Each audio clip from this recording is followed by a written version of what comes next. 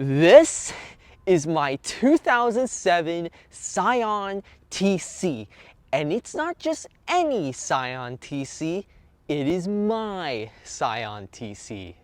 And today, I'm going to review it. Okay, Doug DeMuro impressions aside, this is my 2007 Scion TC. And if you guys don't know already, I purchased this car back in December of 2021. And the reason I purchased this car was because I needed something just a little more fuel efficient than my Crown Victoria. And now I've actually decided to sell it. And I'm going to tell you guys why. But first, I'm going to go over some little quirks and features of this Scion TC, show you guys just a couple cool things about the Scion, tell you guys why it's actually a really great car to buy, especially if you're looking for a cheap, fun daily driver, or maybe a fun, cheap first car with the 5-speed manual. All right, so starting off in the interior, as you guys can see, we have the 5-speed manual transmission, and that's what makes this car just a little extra special. Now this car, I know it's a very normal car. It's not something that, it's not something very special. You see these cars a lot still, believe it or not. But this thing still has the 5-speed manual transmission, which is not something a lot of cars can say nowadays. I mean, sure, the new Supra is going to have a 6-speed. The Mazda, the Mazda 3 is going to have, has a 6-speed as well. In fact, we got a 6-speed manual Mazda sitting at home right now. But not a lot of cars can say that they have a manual transmission nowadays. Even just a little Econo box such as this. In fact, the last Econo box that I know of that offered a 5-speed or 6-speed manual, actually rather, standard was the Honda Fit. And that actually got discontinued a couple years ago. So this is what makes this car just a little extra special. And this car actually has 184,000 miles. So this car has kind of seen a lot and then some. So you can definitely imagine how much this car has gone through, and the fact that it still runs this great, this far into the future, really pays testament to Toyota's reliability, even in their cheaper Econo boxes. So yeah, and under the hood is a 2.4 liter inline 4, and that's paired up with the 5-speed manual. And that's the same 2.4 liter 2AZ FE out of the Toyota Camry. So they have actually made the 2AZ FE for many years, and they decided to put it in this car. And this is what gives the car a lot of its pep, because it's not a big car. It's not super heavy, just weighing in just right at about 3,000 pounds. So it doesn't weigh all that much. So it definitely gets up and goes. Hell, I've been able to smoke the tires on this thing just a little bit, driving it around and whatnot. So, the fact that they put this large motor in such a small car is really impressive. So this is definitely a car not to really be overlooked, but at the same exact time, this car, as much as I'm underselling it right now, it's not really that special. But it is something to not overlook. All right, so on to the engine bay. And as I said earlier, this thing has the 2.4 liter, 16 valve, dual overhead cam, 2AZ FE, the same motor out of the Toyota Camry of its time. And as you guys can see, I did paint the heat shield because I think just the bare metal kind of looked ugly and it was rusting. It has a cold air intake as well, which was put on by the previous owner, although I did replace the filter because the old filter was not in good shape at all. So I wanted to make sure that this thing had maximum airflow for maximum performance. So I made sure of that. And these motors are honestly really good. The only thing about these motors is that they were notorious for oil consumption, but that's if you got a certain, I think it was like a certain VIN number, certain set of VIN numbers had the oil consumption problem. This thing does consume oil, but it does not consume oil nearly as bad as some people were reporting these cars to consume oil. And that's what kind of poo-pooed on the reputations of these cars. But you still see these things everywhere. So honestly, the oil consumption problem couldn't have been that bad if you still see these cars on the road.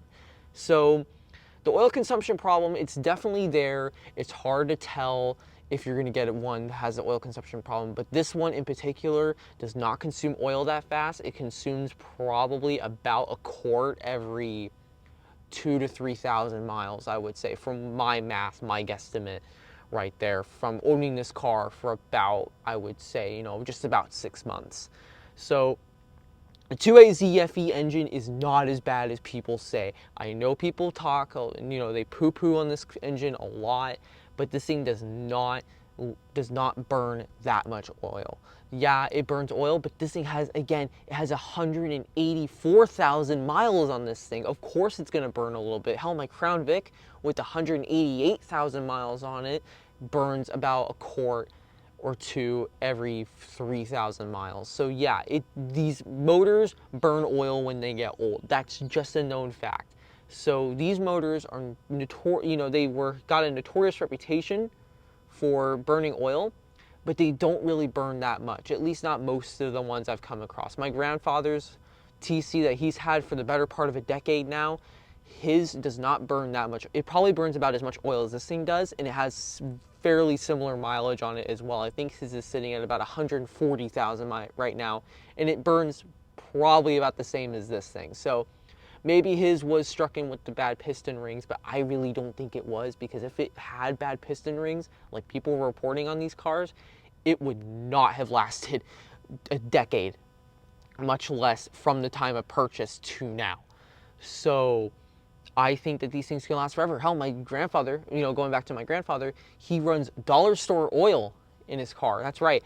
I change his oil, and he insists on using dollar store oil and microguard filters from O'Reilly's, the cheapest thing you can do to your car, the cheapest oil, the cheapest filter, but it still runs like a top, which is just overly impressive, and especially impressive for a car that's from the time of the recession. A lot of these recession cars you don't really see that much anymore. I mean, yeah, sure, you see a lot of Toyotas from the recession, you see a few Fords here and there from the recession era and whatnot, but honestly, there's not that many econoboxes, small econoboxes from the recession era. So the fact that these TCs managed to stay around just pays a lot of homage to Toyota, that they make a really great product, and they're not afraid to hide the fact that this Scion is a Toyota. It's just rebadged. And actually, believe it or not, Toyota still makes this car.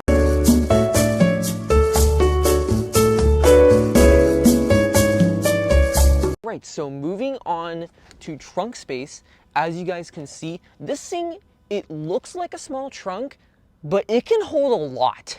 In fact, when I was a kid with my grandfather's 2006 Scion TC, we used to actually go to the park, and we used to be able to fit a 20-inch tire bicycle in the back of this thing. Now, obviously, with the seats flipped down and all that, and without a subwoofer, because that's something I added.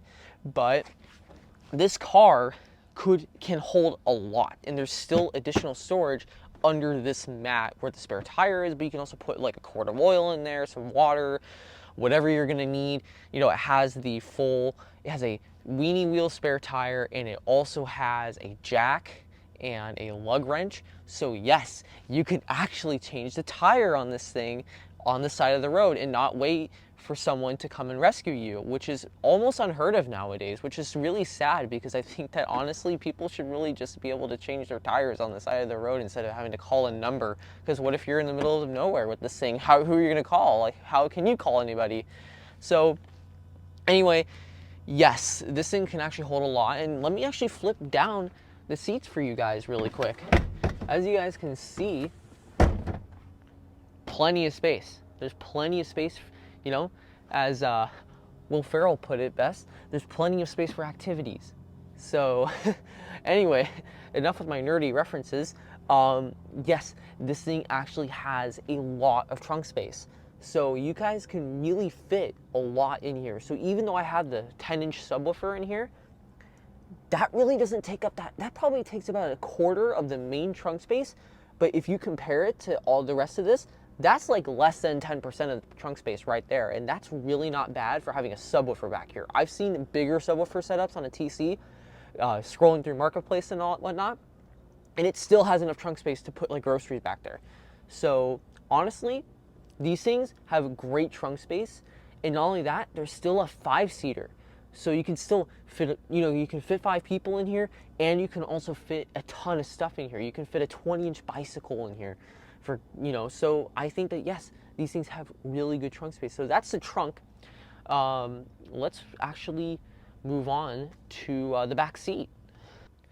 All right, well, since I am impersonating Doug DeMuro, I figured I would carry a tradition of his and climb into the back seat of the 2007 Scion TC. So let me just get back here. This is on the driver's side, so this is going to be probably the tightest squeeze. So getting in, it's a little tough getting in the door.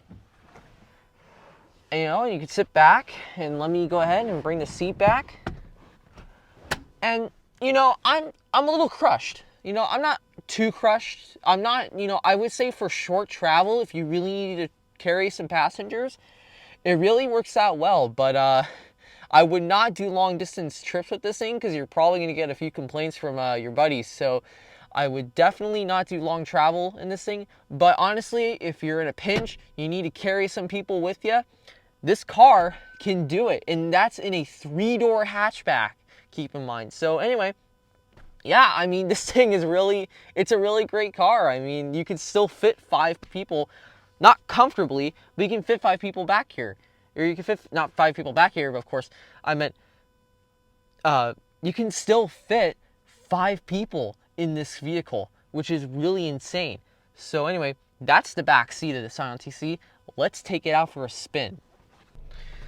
All right, so driving the 2007 Scion TC, and this thing is actually, it's so much fun actually to drive, and you would be surprised on why would you be selling this thing? And we're gonna get into that in a minute, but this thing is just so much fun to drive.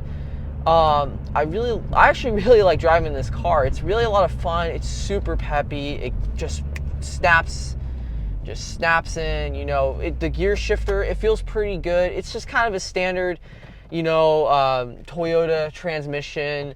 But yeah, it's a really great car. So I've actually got a straightaway up here, so I'm going to just go ahead and floor it for you guys.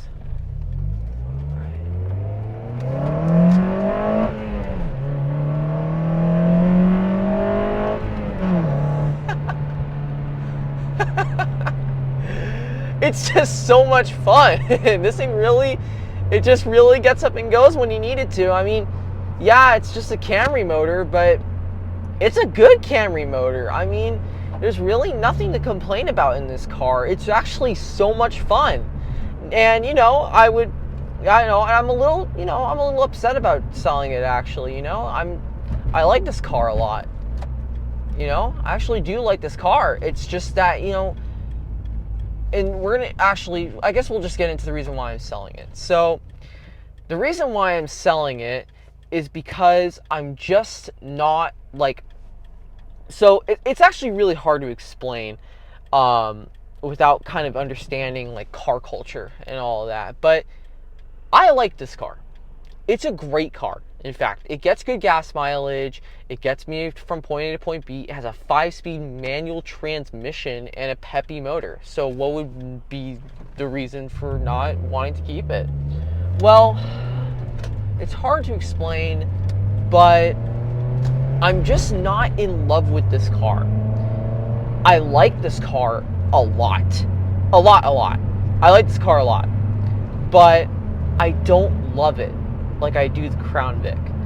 And I know that's dumb or it's hard to explain, but I'm not in love with it, I've kind of decided that I kind of need something.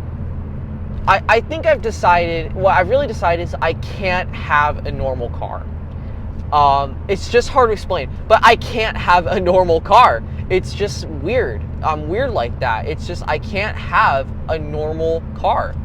So, and everyone's like, it's hard to explain, but to people, especially to people who don't really understand cars, but I just can't have a normal car. Like, I feel like I have to have something weird. I have to have a little something a little out of the ordinary. You know, I can't just have something so normal, because I feel like, you know, normal's boring. And, you know, it doesn't mean that this car is boring. It just isn't very interesting. Like the Crown Vic. The Crown Vic, you know, people look over at it all the time wondering what the hell that thing is, or, you know, if that's a cop, you know. It was just kind of, you know, it wore out for me for a while, but, you know, like, I'm honestly kind of missing that. I'm kind of missing having that special car. This thing isn't something to write home about. So it's I kind of miss having a car like that, where it's something like people, oh, that's the kid with the cop car, that's a kid with this and that. And, you know, it's not like it has to be something special, but I would just like something different. You know, I feel like that maybe I barked up the wrong tree. I like having a little small Japanese car, but it's just not for me.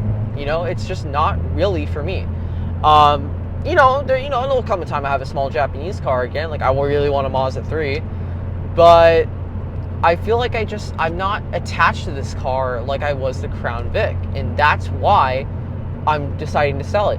What I'm selling it for has yet to be decided. I actually went on an off-road trip up this week up to Gorman, California, with a couple buddies of mine, and I went off-roading, and I really, really enjoyed it, and I'm like, I really kind of want to get in on this. So Jeep is floating around in my head. Not a Wrangler. I'm not going to need a Jeep Wrangler, just telling you that straight up. It's going to be like a Cherokee or a Grand Cherokee, something along that line, because honestly, the Grand Cherokee isn't something that is, the Grand Cherokee just isn't, so yeah, I'm thinking like Jeep Cherokee, Jeep Grand Cherokee, or, you know, if I could ever get my hands on one, a Jeep YJ, just because I like the SUV Jeeps a little bit more. You know, I like the Wrangler, but they're very expensive. Like, I'm not going to get nearly enough money out of this car to get a Jeep Wrangler. I will be able to afford a Cherokee, though. I think from the couple of Grand Cherokees I've seen that are 4x4, I should be able to afford a Grand Cherokee. So I'm kind of leaning towards that, or I'm leaning towards getting a Chevy S10 Blazer, or Chevy S10 truck. I would really love to get one of those. I've been really wanting to get a small pickup truck for a while now. In fact, if the gas prices weren't so high at the time I bought this thing, sorry, I thought I saw a cop back there. But anyway, so if I hadn't sold, you know, if the gas prices hadn't gotten so high, I would have probably gotten like a small truck or a Jeep Grand Cherokee or something along that line. You know, it's just like, it's hard to kind of make a decision on, you know, what car I want to get. So I'm looking into getting an off-roader. I really want to get an off-roader, but I don't know if it's going to happen. So we'll kind of just have to see. Time will tell. I just have to look on Facebook Marketplace, see what's out there. You know, you guys know the deal. It's just whatever's out there within my price range will be good. I know that there's a Jeep Grand Cherokee, 1995 Grand Cherokee I'm looking at right now. It's only like $3,300, and it's a 4x4, and it only has 150,000 miles. Has the 4-liter inline 6, which is something I absolutely desperately want if I get a Jeep. So yeah, I mean, there's some options out there for sure. I just don't know what I'm going to get, and plus, I haven't even sold the car yet. So only time will tell what I'm going to get. So yeah, I guess that kind of wraps up the video. I know it's not going to be the Doug DeMuro style outro, but as you guys can see, out the window, it is dark now, which means the filming conditions are not ideal anymore. I'm literally filming this like at sundown, and the sun is now down. It's 8:10, so the sun is down now. So yeah, I mean, that about wraps up the video. I really hope you guys enjoyed this little Doug DeMuro parody, and also a little explanation video on why I'm getting rid of the Scion. You know, I got so many questions about why are you selling it? You just got it, yada yada. And I'm like, I know, but like, And here's my explanation. This is my explanation for you guys. This is why I'm getting rid of the Scion. You know, so I hope this cleared up some questions. I hope that maybe to whoever is interested in buying this thing soon, maybe hopefully this answers some questions for you about the car. Whoever is viewing this video, I just hope you guys enjoyed it. I just hope you guys enjoyed the video. So anyway, without further ado, my name is Jackson Thiessen. This has been JTP71 signing off. Have a great one.